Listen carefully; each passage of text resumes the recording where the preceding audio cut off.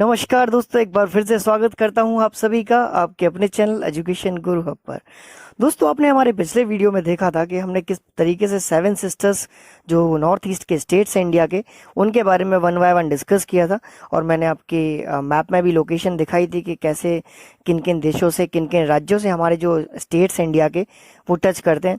तो ये हमारा दूसरा वीडियो है और उसका दूसरा पार्ट है, इसको भी ज़रूर देखिएगा।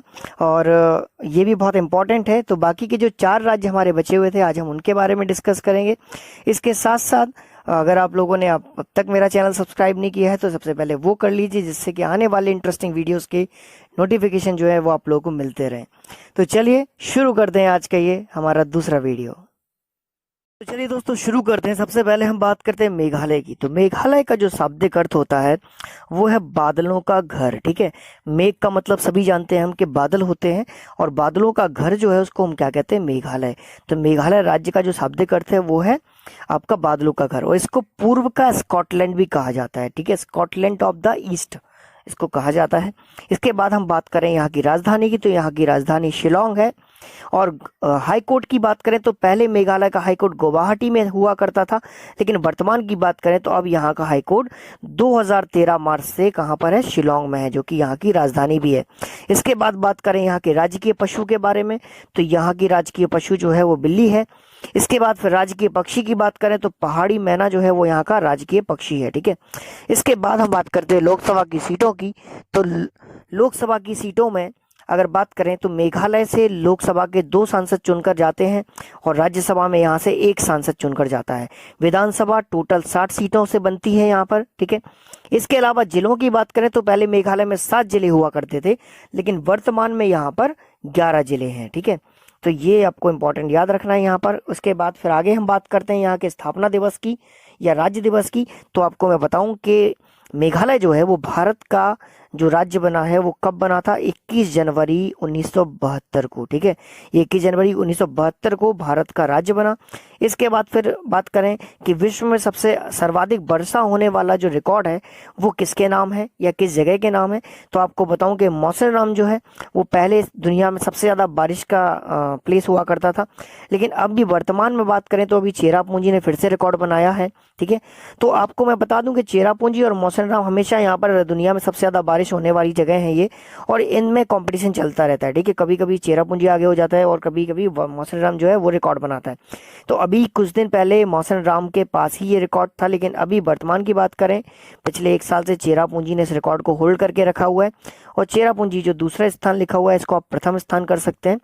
और वर्तमान में अभी चेरापूंजी वर्ल्ड का सबसे ज़्यादा हैवी रेनफॉल के लिए जाना जाता है। ठीक है, तो ये रिकॉर्ड चेरापूंजी के नाम पर है। चेरापूंजी को एक नाम से और जानते हैं जिसका नाम है सोहरा। ठीक है, तो ये भी याद, लोकल भाषा में इसको सोहरा कहते हैं। फिर बात करते हैं स्थानांतरित खेती की, जिसको शिफ्टिंग कल्टीवेशन कहते हैं। तो शिफ्टिंग कल्टीवेशन जो है, जिसको झूम की खेती कहते हैं, 80% जो यहाँ के लोग हैं, 80% जनता जो है वो खेती पर निर्भर होती है। और कौन सी खेती करती है, शिफ्टिंग कल्टीवेशन करती है। ठीक है, तो मेघालय में शिफ्टिंग कल्टीवेशन ज़्यादा होती है। उसके बाद हम बात करते हैं त्योहारों की। तो त्योहारों में ये कुछ जनजातियाँ हैं जिनके खास त्यौहार हैं, तो जिनमें हम बात करें पावलांग नोकोम जो है एक त्यौहार, ये खासी जनजातियों का प्रमुख त्यौहार है। आपको बताऊं खासी और गारो यहाँ की 2 जनजातियां हैं जो इनके त्योहारों के नाम यहाँ पर दिए हुए हैं। फिर है बंगाला। बंगाला जो है गारो जनजाति का प्रमुख त्यौहार है।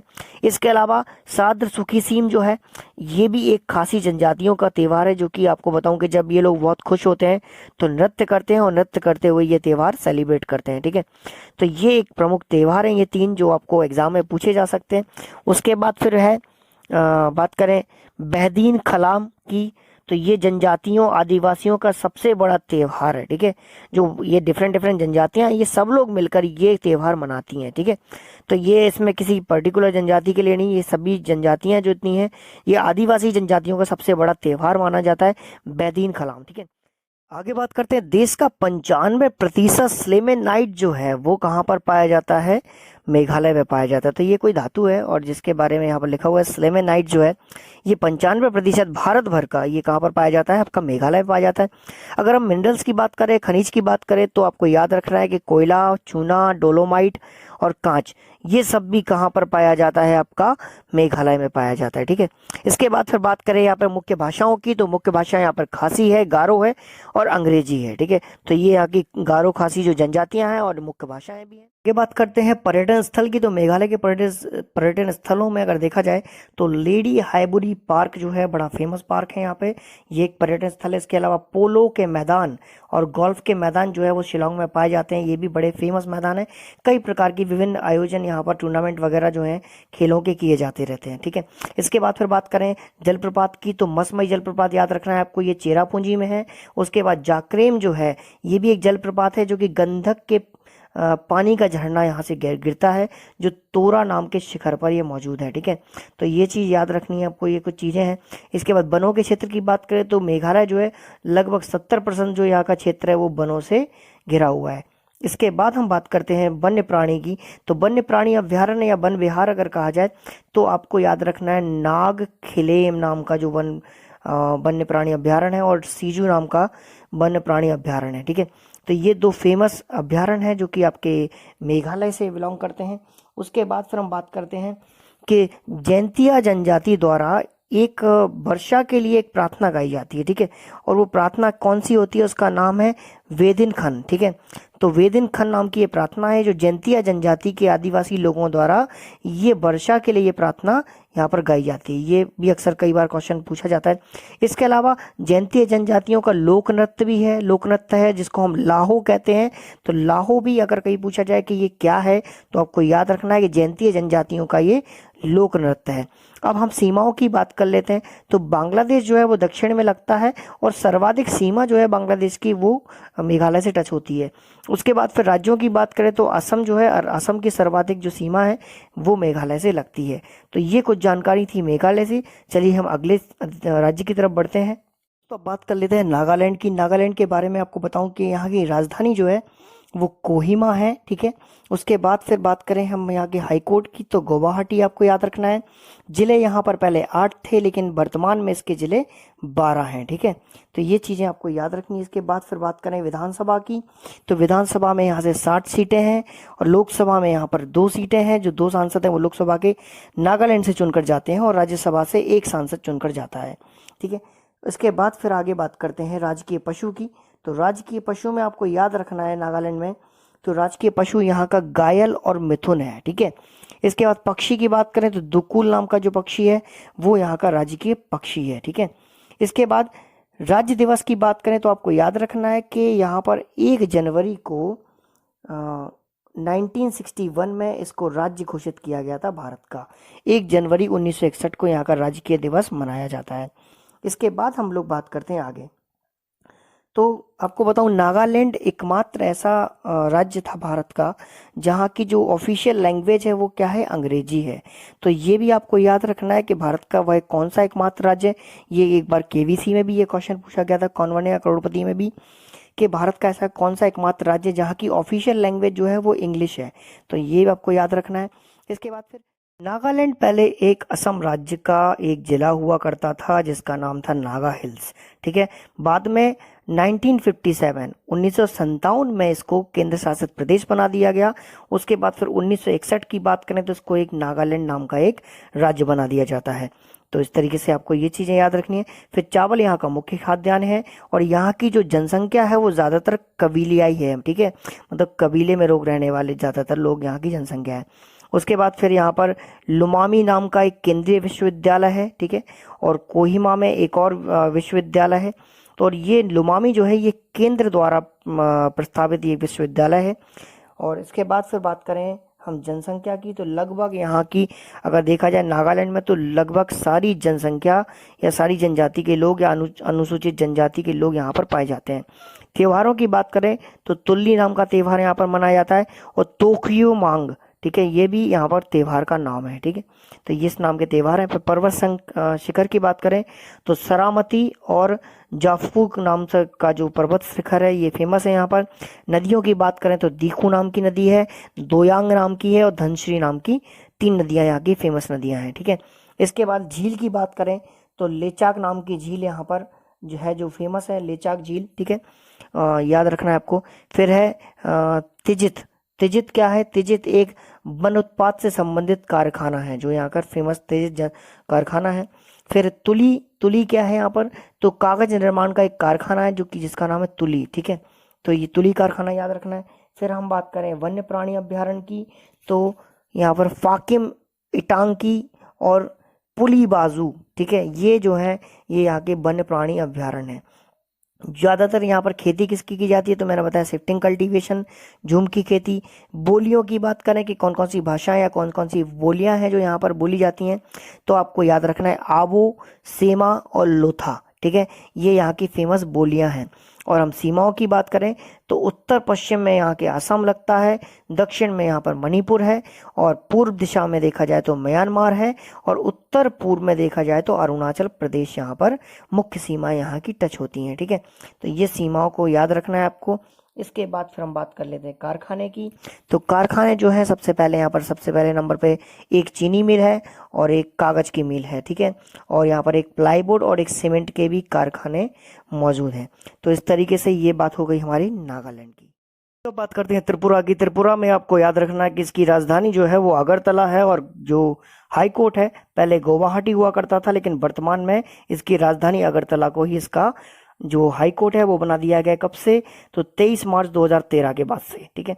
और अब विधानसभा और लोकसभा और राज्यसभा की सीटों की बात करें तो ये याद रखना है आपको कि विधानसभा में 60 सीटें हैं, लोकसभा से यहाँ से 2 सांसद चुनकर जाते हैं और राज्यसभा से 1 सांसद चुनकर जाता है, ठीक है।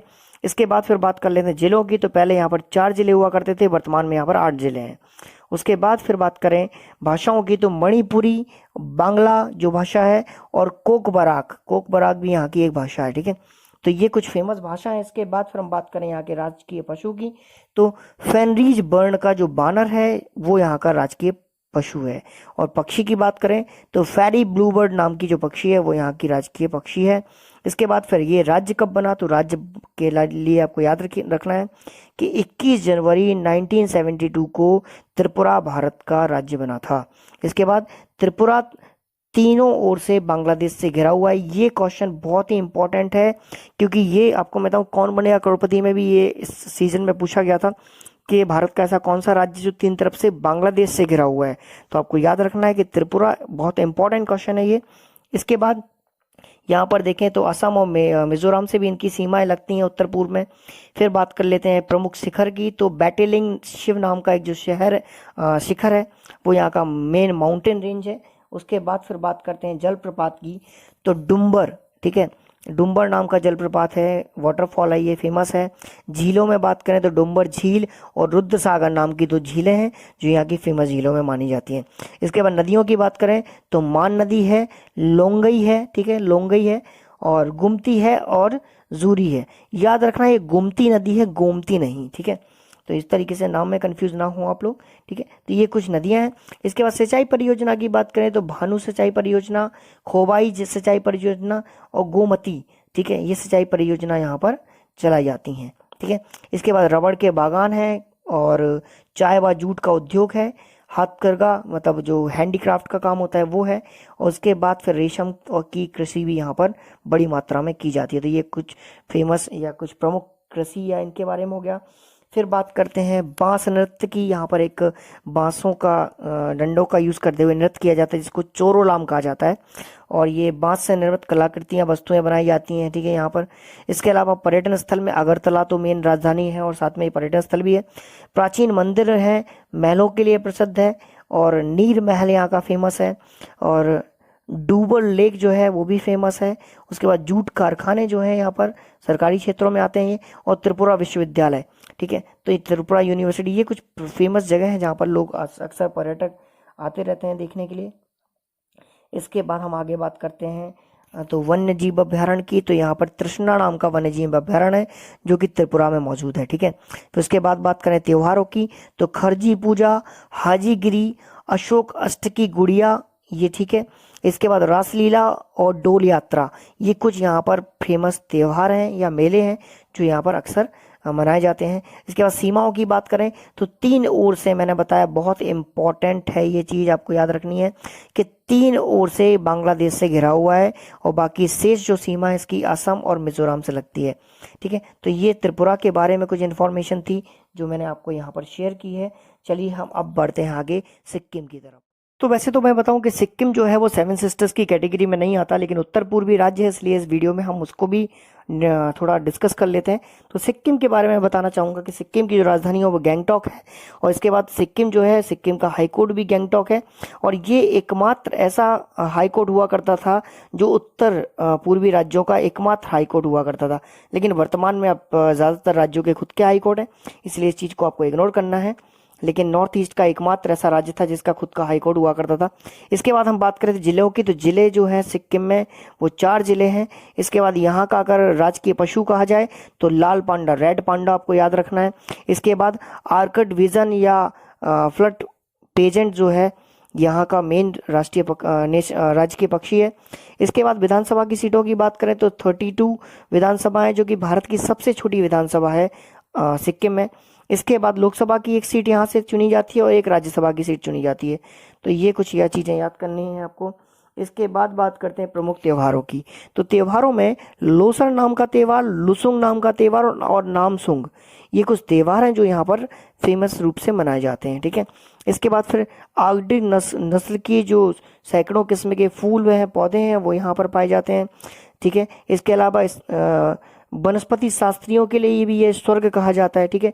जो बॉटनी के लोग हैं, जो साइंटिस्ट हैं, जो इन चीज़ों के बारे में रिसर्च करते हैं, उन लोगों के लिए सिक्किम को स्वर्ग कहा जाता है। वनस्पति शास्त्रियों के लिए ये जगह स्वर्ग कही जाती है। ठीक है। यहाँ पर बहुत सारी रिसर्च होती हैं। फिर आपको याद रखना है कमटेक बौद्ध मठ है यहाँ पर, फेमस है ये। ठीक है। उसके बाद जनसंख्या की दृष्टि से अगर देखें तो भारत का सबसे छोटा राज्य है। आपको याद रखना है सिक्किम जनसंख्या की दृष्टि में सबसे छोटा है, लेकिन जनसंख्या घनत्व की दृष्टि में सबसे छोटा राज्य अरुणाचल प्रदेश है। ठीक है। तो ये 2 चीज़ें आपको याद रखनी है। 32 सदस्यीय विधानसभा जो भारत की सबसे छोटी विधानसभा है। इसके बाद फिर बात करें भाषा की, तो भाषा यहाँ पर लेप्चा भाषा बोली जाती है, हिंदी है, नेपाली और भूटिया, ये कुछ भाषाएं जो यहाँ पर फेमस रूप से बोली जाती हैं। फिर बात कर लेते हैं नदियों की। तो नदियाँ जो है इनमें रंगित तीस्ता नाम की नदी है और रंगती नाम की नदी है। सोलहम झील से निकलती है रंगती तीस्ता, और रंगती नाम की जो नदी है वो राघव ग्लेशियर से निकलती है। ठीक है। तो ये चीज़ें आपको याद रखनी है। इसके बाद फिर बात करें Sikkim time corporation, CIDCO HMT के सहयोग से ये स्थापना की गई ये बहुत फेमस कारखाना है घड़ियों को बनाने का, जो कि आपका गैंगटॉक में है। उसके बाद फिर आगे बात करते हैं पर्वत शिखर की। तो पर्वत शिखर के लिए कंचनजंगा जो है K2 माउंटेन रेंज, ये बड़ी फेमस माउंटेन रेंज है भारत की, और सबसे ऊंची चोटी भी है भारत की। तो ये आपके सिक्किम में पड़ती है। ठीक है। तो आपको ये भी याद रखना है कंचनजंगा। उसके बाद फिर हम दर्रे की बात करें, पासेस की बात करें, माउंटेन रेंजेस में कौन कौन से पासेस हैं जो सिक्किम में पाए जाते हैं। तो दची लॉ जो है एक पास है आपका। इसके बाद फिर बात करें किगरी लॉ, फिर चोर त्रेन, एनईमाला और नाथुला दर्रा, जेलेपला और शिगली लॉ। ठीक है। ये कुछ आपके फेमस हैं, आपके इनको याद रखना है। ठीक है। ये कुछ फेमस पासेस हैं जो सिक्किम से निकले हुए हैं। की बात करें तो रॉगपो जो कि शराब और चमड़े का कारखाना यहाँ पर मौजूद है, और शिगतांग जो है वो फलों का संरक्षण का कारखाना यहाँ पर मौजूद है। ठीक है। फिर बौद्ध जो धर्म अनुयायी होते हैं वो भी सर्वाधिक आपके सिक्किम में पाए जाते हैं। ठीक है। और काफ़ी बौद्ध मठ भी यहाँ पर मौजूद हैं। ठीक है। फिर तंका जो है वो यहाँ की चित्रकला है जो फेमस है। ठीक है। उसके बाद फिर बात करें पर्यटन स्थलों की, तो बाखिम प्रकृति उद्यान यहाँ पर मौजूद है। शाकचू 3 महान बौद्ध भिक्षुओं का मिलन स्थल है यहाँ पर। ठीक है। जिसको शाकचू कहा जाता है। फिर उसके बाद दुटी मठ है और ताशी बिंग मठ है। ठीक है। ये फेमस मठ है यहाँ के। इसके बाद फिर बात करें तदांग क्या है, तो भारतीय कृषि अनुसंधान परिषद का अनुसंधान केंद्र है। ठीक है। तो ये कुछ चीज़ें हैं जहाँ से सिक्किम से ये अक्सर पूछी जाती हैं, तो आपको ये कुछ चीज़ें खास चीज़ें याद रखनी है। ठीक है। तो ये वीडियो आई होप कि आप लोगों को पसंद आया होगा, और आशा करता हूँ कि आगे भी ऐसी इन्फॉर्मेशन आपको मिलती रहेंगी। ये बहुत इंपॉर्टेंट वीडियो था, जो कि कई हमारे व्यूअर्स थे, उनकी डिमांड थी कि सर नॉर्थ ईस्ट को लेके या 7 सिस्टर्स को लेके कुछ वीडियो बनाइए। तो यहाँ जितनी इन्फॉर्मेशन आ सकती है एग्जाम्स में, वो मैंने सब कुछ यहाँ पर आप लोगों के साथ शेयर की है। तो आई होप कि आप लोगों को ये वीडियो अच्छा लगा होगा। बने रहिए हमारे साथ। ये वीडियो वॉच करने के लिए आपका बहुत बहुत धन्यवाद। मिलते हैं अगले वीडियो में।